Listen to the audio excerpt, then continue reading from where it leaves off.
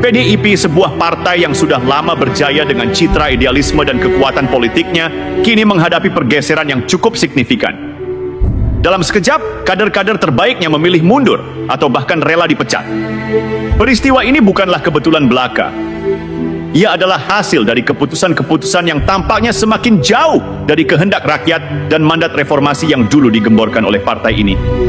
Mari kita buka tabir kisah ini dan telusuri satu persatu.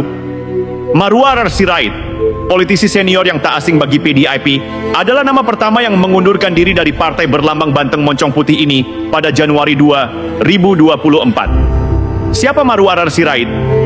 Seorang tokoh yang telah mengabdi di PDIP sejak 1999, yang berasal dari keluarga politisi terkenal. Ayahnya, Sabam Sirait, adalah sekjen PDIP selama 3 periode, sejak tahun 1973 hingga 1986.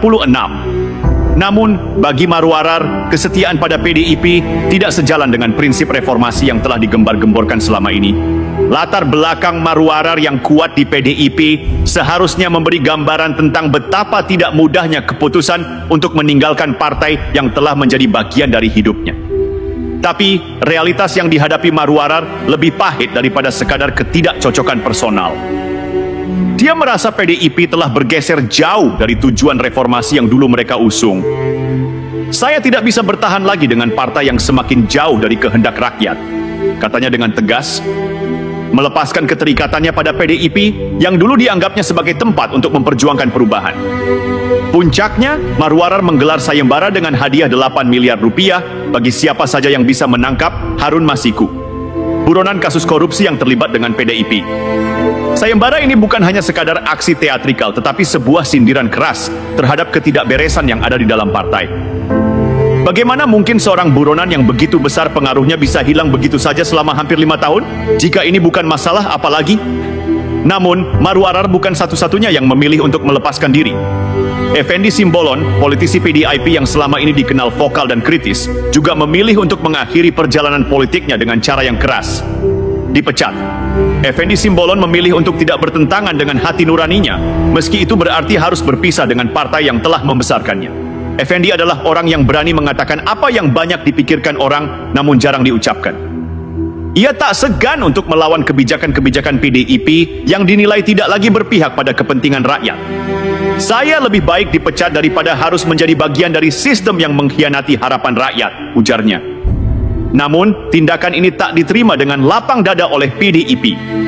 Hasto Kristianto, sekjen PDIP yang dikenal memiliki sikap tegas, menganggap langkah Effendi sebagai bentuk pembangkangan yang tak dapat diterima.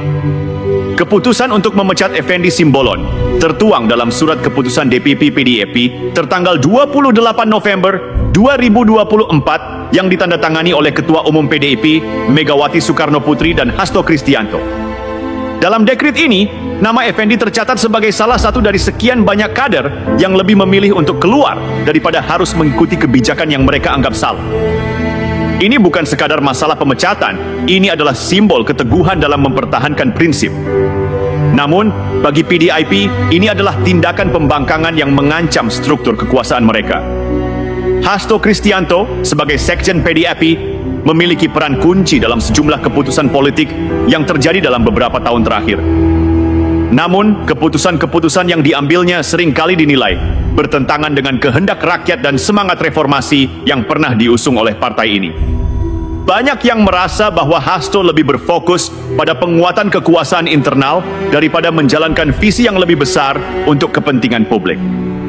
Dalam banyak hal, keputusan-keputusan Hasto memberikan kesan bahwa PDIP sedang mengalami krisis ideologi. Partai ini, yang dulu digambarkan sebagai penjaga reformasi, kini terlihat lebih memperjuangkan kepentingan kekuasaan dalam lingkaran tertutup. Dengan memecat kader-kader yang berani mengkritik, Hasto menunjukkan bahwa loyalitas lebih dihargai daripada keberanian untuk berbicara jujur tentang ketidakberesan dalam partai. Ironisnya, dalam beberapa tahun terakhir, PDIP semakin terlihat seperti partai yang lebih mementingkan kestabilan internal daripada memperjuangkan perubahan nyata bagi rakyat. Semangat reformasi yang dulu menjadi nafas partai ini, kini hanya tinggal bayangan. Semakin banyak kader yang memilih keluar atau dipecat, semakin jelas bahwa PDIP menghadapi perpecahan yang dalam. Hasto sebagai sekjen harus bertanggung jawab atas semua keputusan ini, meski dengan segala kebijakan yang diambilnya, ia tampaknya tetap berpegang pada anggapan bahwa PDIP adalah partai yang tak tergoyahkan. Keputusan-keputusan ini mencerminkan krisis ideologi yang sedang melanda PDIP. Partai yang dulu dianggap sebagai pelopor reformasi, kini terjebak dalam konflik internal yang tak kunjung usai. Apakah ini hanya sebuah pergeseran sementara, ataukah PDIP benar-benar kehilangan arah? Yang jelas, pergeseran ini telah memicu ketegangan politik yang semakin tajam. Partai yang dulu menjadi harapan rakyat kini terjebak dalam dilema antara menjaga kesetiaan pada kekuasaan atau mengikuti suara hati nurani dan kepentingan rakyat. Dan dalam setiap langkahnya, kita bisa melihat dengan jelas bahwa semakin banyak tokoh-tokoh besar yang mulai mempertanyakan, apakah PDIP masih menjadi tempat yang tepat untuk memperjuangkan perubahan? Pada akhirnya, PDIP sedang menghadapi pilihan besar. Tetap memegang teguh kekuasaan dalam internal partai atau kembali ke akar perjuangan yang lebih besar, yaitu kepentingan rakyat. Jika pilihan kedua yang diambil, maka akan ada banyak hal yang harus dikoreksi, baik dari segi kebijakan, struktur, maupun nilai-nilai yang selama ini dijunjung tinggi. Jika kita berbicara tentang keteguhan, PDIP seharusnya menjadi contoh bagaimana sebuah partai bisa tetap teguh pada ideologi dan visi yang jelas. Namun kenyataannya adalah kebijakan yang diambil oleh Hasto Kristianto dan pengurus lainnya lebih mencerminkan sebuah partai yang semakin terperangkap dalam dilema politik yang tidak lagi berpihak pada rakyat. Keterikatan mereka pada kekuasaan, baik dalam struktur internal partai maupun hubungan dengan pemerintah, membuat PDIP semakin terlihat seperti partai yang takut kehilangan posisi daripada partai yang memperjuangkan perubahan. Ambil saja contoh keputusan-keputusan yang menonjol selama beberapa tahun terakhir. Ketika Marwarar Sirait, seorang tokoh yang sudah sangat lama berada dalam tubuh PDIP, memutuskan keluar, ada sebuah pesan yang sangat jelas. Ketidakpuasan terhadap arah kebijakan partai. Marwarar yang memiliki sejarah panjang dengan PDIP bukan hanya seorang kader biasa. Ia adalah simbol dari PDIP itu sendiri, seseorang yang berada di garis depan perjuangan. Ketika ia memilih untuk meninggalkan partai, itu adalah peringatan keras bagi seluruh struktur internal bahwa PDIP sedang mengalami kekosongan ideologis. Bukan hanya Marwarar, figur seperti Effendi Simbolon juga menunjukkan bahwa meskipun PDIP mengklaim sebagai partai rakyat, kenyataannya partai ini mulai jauh dari suara rakyat yang mereka klaim sebagai kekuatan utama. Effendi Simbolon dengan segala ketegasannya dalam menyuarakan aspirasi rakyat, lebih memilih untuk keluar daripada terus bertahan dalam situasi yang mengabaikan suara mereka yang memperjuangkan perubahan. Pemecatannya bukan hanya soal administrasi internal partai, tetapi lebih mencerminkan keputusasaan terhadap kemampuan PDIP dalam menjaga relevansinya dengan rakyat. Krisis yang melanda PDIP semakin menjadi sorotan ketika kebijakan internal yang diambil oleh Hasto dan Megawati semakin memperlihatkan perpecahan yang dalam di tubuh partai. Beberapa kader yang keluar atau dipecat tidak hanya melihat perbedaan ideologi, tetapi juga merasakan adanya perubahan signifikan dalam sikap politik PDIP yang kini lebih mementingkan loyalitas ketimbang keberanian untuk berbicara keras tentang kenyataan yang ada. Fenomena ini, meskipun sering dianggap sebagai perubahan biasa dalam partai politik, sebenarnya mengisyaratkan sesuatu yang lebih besar. Tidak bisa disangkal bahwa PDIP sedang berada di persimpangan jalan. Apakah akan tetap mempertahankan tradisi kekuasaan dalam tangan elit partai, ataukah akan membuka ruang bagi generasi baru yang lebih peka terhadap aspirasi rakyat? Namun, dengan tindakan pemecatan terhadap tokoh-tokoh yang kritis, seperti Effendi Simbolon, tampaknya PDIP lebih memilih untuk mengkonsolidasikan kekuasaan dalam lingkaran terbatas mereka, alih-alih membuka ruang untuk perbaikan dan pembaruan. Pemecatan seperti ini, yang dianggap sebagai langkah pembangkangan oleh pengurus partai, justru memperlihatkan betapa rapuhnya struktur partai ini dalam menghadapi tantangan internal yang sebenarnya datang dari dalam dirinya sendiri. Hasto Kristianto sebagai tangan kanan Megawati jelas memainkan peran penting dalam menentukan arah kebijakan PDIP. Namun, apakah Hasto benar-benar mendengarkan suara rakyat atau hanya terfokus pada strategi untuk menjaga kestabilan kekuasaan partai? Jika kita melihat keputusan-keputusan Hasto yang mengabaikan suara kritis dari kader-kader senior, kita bisa bertanya, apakah ia benar-benar menjaga spirit reformasi yang dahulu diusung oleh Partai Demokrasi Indonesia Perjuangan, atau apakah ia lebih terobsesi dengan mempertahankan kontrol politik yang semakin tidak relevan dengan kebutuhan rakyat? Mungkin inilah yang sering disebut sebagai ironi dalam dunia politik. Di saat banyak orang berharap PDIP menjadi jembatan untuk perubahan, partai ini justru terjebak dalam rutinitas politik yang terkesan lebih menjaga kepentingan kekuasaan. PDIP yang dulunya menjadi simbol harapan bagi rakyat, kini semakin tergerus oleh dinamika internal yang tak lagi menonjolkan perjuangan rakyat. Sebagai sekjen, Hasto Kristianto seharusnya memahami bahwa setiap keputusan yang diambilnya bukan hanya berimbas pada struktur partai, tetapi juga pada citra PDIP di mata publik. Namun apakah Hasto akan cukup berani untuk melakukan introspeksi dan merefleksikan apakah langkah-langkah yang diambilnya selama ini sudah sesuai dengan harapan rakyat? Ataukah ia akan terus terjebak dalam ego kekuasaan yang mengabaikan kebenaran dan keadilan? Keputusan-keputusan yang diambil oleh Hasto, Megawati, dan pengurus PDIP lainnya memberikan gambaran yang sangat jelas tentang masa depan partai ini. Jika mereka terus memilih untuk menutup telinga terhadap kritik dan mengabaikan suara-suara yang menuntut perubahan, maka PDIP akan semakin terpuruk dalam pusaran politik yang semakin jauh dari rakyat. Namun, jika ada keberanian untuk mendengarkan, membuka ruang bagi perubahan, dan kembali ke akar perjuangan untuk rakyat, maka PDIP masih memiliki kesempatan untuk bangkit. Ironisnya, kekuatan PDIP yang dulu begitu besar kini tampaknya mulai terkikis, bukan oleh kekuatan eksternal, melainkan oleh kelemahan internal yang semakin tampak jelas. Ketika para kader terbaiknya memilih untuk mundur atau dipecat, itu bukan hanya sekadar kehilangan individu. Itu adalah kehilangan visi, kehilangan integritas, dan kehilangan prinsip yang seharusnya menjadi pondasi sebuah partai besar. Apakah PDIP akan belajar dari peristiwa-peristiwa ini? Ataukah ia akan terus merawat citra dirinya dengan menyingkirkan mereka yang berani mengkritik dan menganggap diri mereka sebagai satu-satunya pemegang kebenaran? Hanya waktu yang akan menjawab. Namun yang jelas, krisis internal PDIP ini lebih dari sekadar masalah kekuasaan. Ia adalah panggilan bagi seluruh elemen politik untuk kembali merenung tentang apa yang benar-benar penting. Rakyat atau kekuasaan?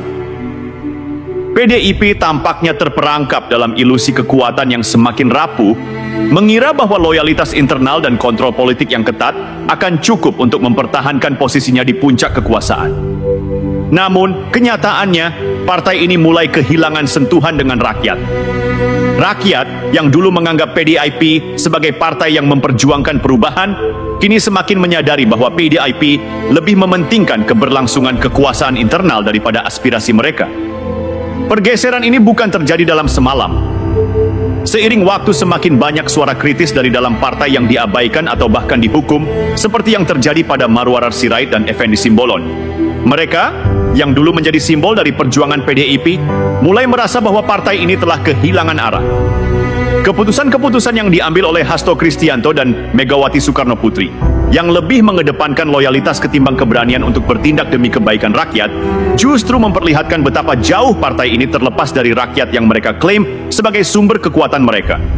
PDIP mungkin masih memiliki kekuatan di kalangan elit politik dan dalam struktur kekuasaan, tetapi tidak bisa dipungkiri bahwa rakyat yang selama ini menjadi pendukung utama partai ini mulai merasakan ketidakpuasan yang mendalam.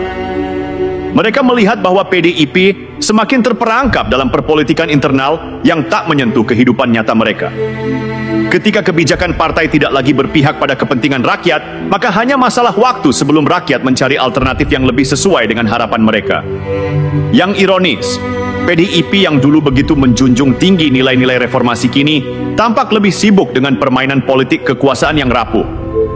Ketika partai ini lebih peduli dengan mempertahankan kedudukan elitnya, tanpa mendengarkan suara-suara yang meminta perubahan, maka semakin banyak rakyat yang merasa ditinggalkan.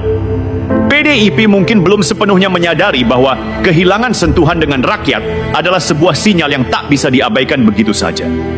Disinilah letak tantangan besar bagi PDIP. Jika mereka tidak segera melakukan introspeksi dan kembali pada visi yang lebih besar, yakni perjuangan untuk rakyat, maka tidak lama lagi PDIP akan menjadi seperti partai besar lainnya yang hanya dikenang dalam sejarah.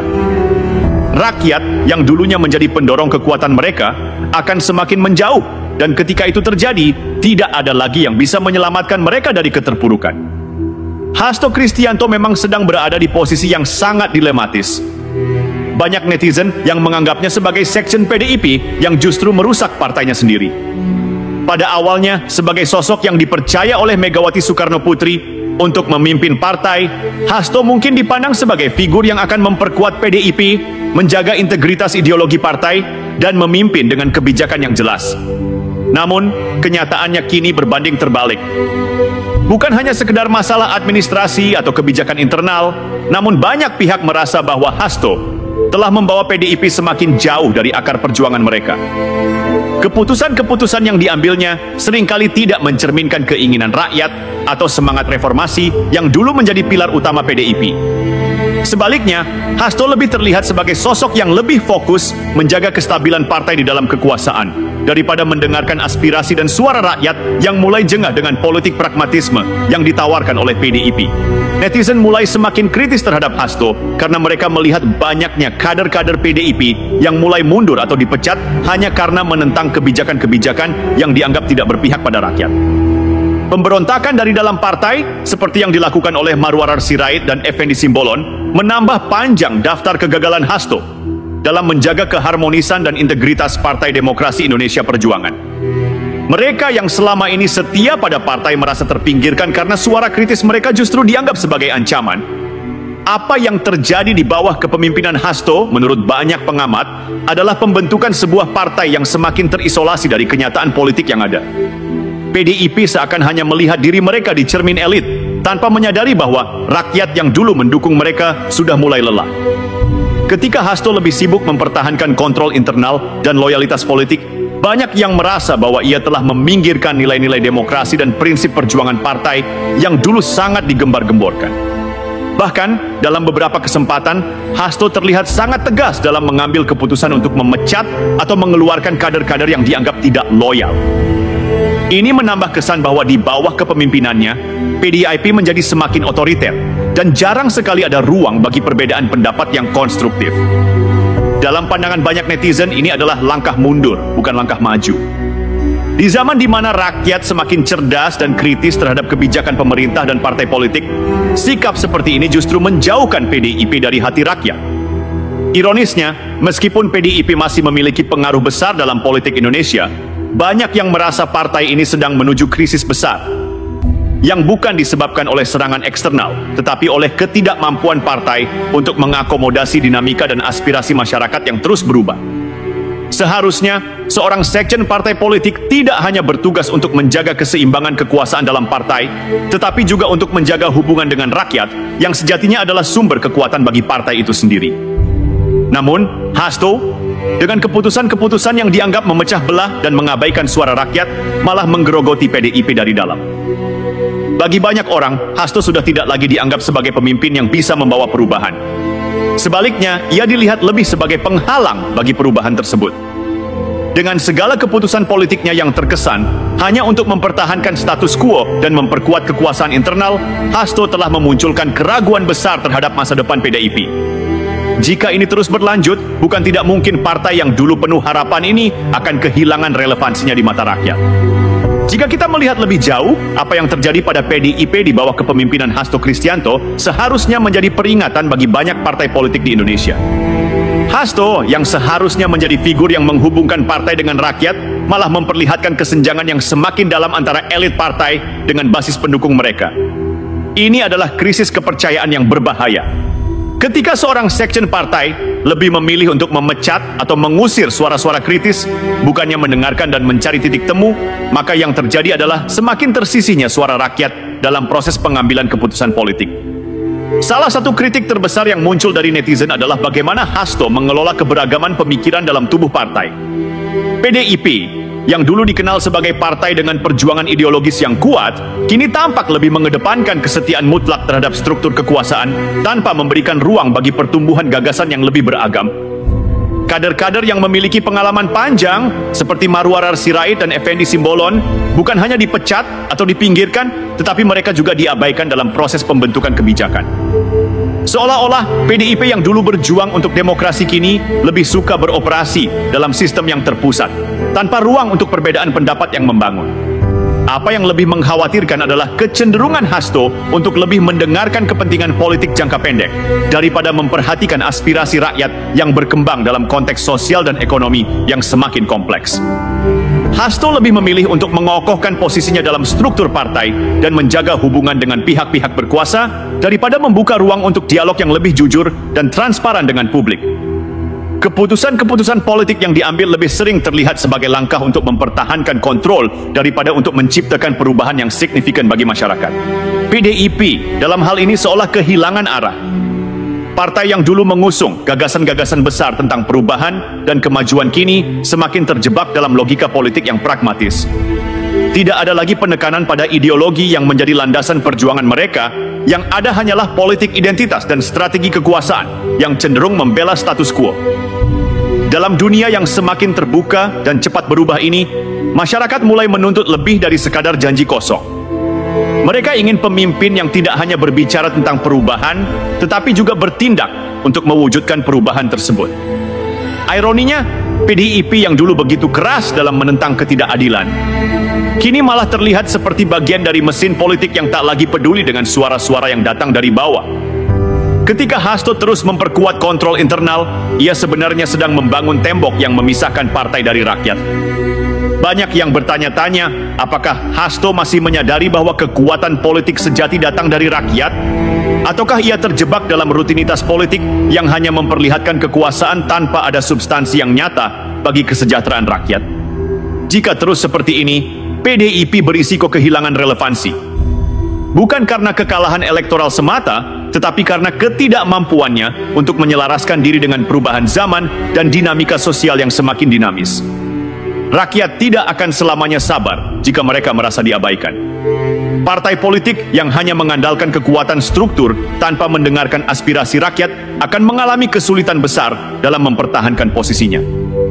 Hasto mungkin telah memperkuat struktur partai dalam jangka pendek, tetapi yang lebih penting adalah bagaimana PDIP bisa kembali menjadi partai yang relevan dan kredibel di mata rakyat. Untuk itu, perubahan harus dimulai dari dalam, bukan hanya mengubah keputusan politik, tetapi juga mengubah pola pikir dan cara berpolitik yang lebih terbuka, inklusif, dan berorientasi pada kepentingan rakyat.